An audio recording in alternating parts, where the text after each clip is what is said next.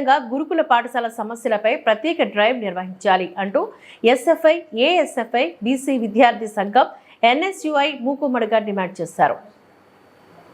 జిల్లాలోని వరుసగా గత 4 నెలల నుంచి గురుకుల పాఠశాల విద్యార్థులు విరోచన, అస్తవ్యస్తలకు గురి కావడంతో ఆందోళనకరమని విద్యార్థి సంఘాల ఆధ్వర్యంలో రుయా హాస్పిటల్లో చికిత్స పొందుతున్న విద్యార్థులను పరామర్శించి అనంతరం రుయా హాస్పిటల్ ముందు అధికారుల నిర్లక్ష్యం నశించాలని నిరసన వ్యక్తం చేశారు.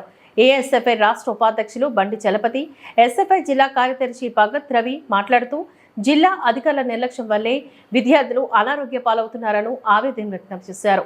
జిల్లాలోని గత 4 నెలల నుంచి వరుసగా దక్కాలి, నాయుడుపేట, రేణిగుంట, ఈరోజు ఎస్టీ గురుకుల పాఠశాల తిరుపతి నగరంలో విద్యార్థులు అస్తవ్యస్తకు గురవుతున్నారని జిల్లా డీసీఓ అధికారులు ప్రతి గురుకుల పాఠశాల ప్రిన్సిపాళ్లతో కుమ్మక్కవుతూ లెక్కలు చూసుకోవడం తప్ప విద్యార్థుల బాగోగుల గురించి పట్టించుకునే పరిస్థితి నెలకొంది అని వారు అన్నారు.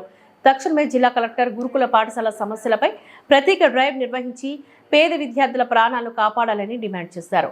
ఈ కార్యక్రమంలోని ఎస్ఎఫ్ఐ జిల్లా అధ్యక్షులు అక్బర్, ఏఎస్ఎఫ్ జిల్లా కార్యదర్శి ప్రవీణ్ కుమార్, ఎన్ఎస్యుఐ కార్యదర్శి మల్లికార్జున, బీసీ విద్యార్థి సంఘం నాయకులు తిరుమలేష్, జేఎన్ఎస్ నాయకులు శివశంకర్ నాయక్, ఎస్ఎఫ్ఐ నాయకులు వినోద్, అశోక్, తేజ, ఏఎస్ఎఫ్ఐ నాయకులు చంద్ర, హరికృష్ణ తదితరులు పాల్గొన్నారు.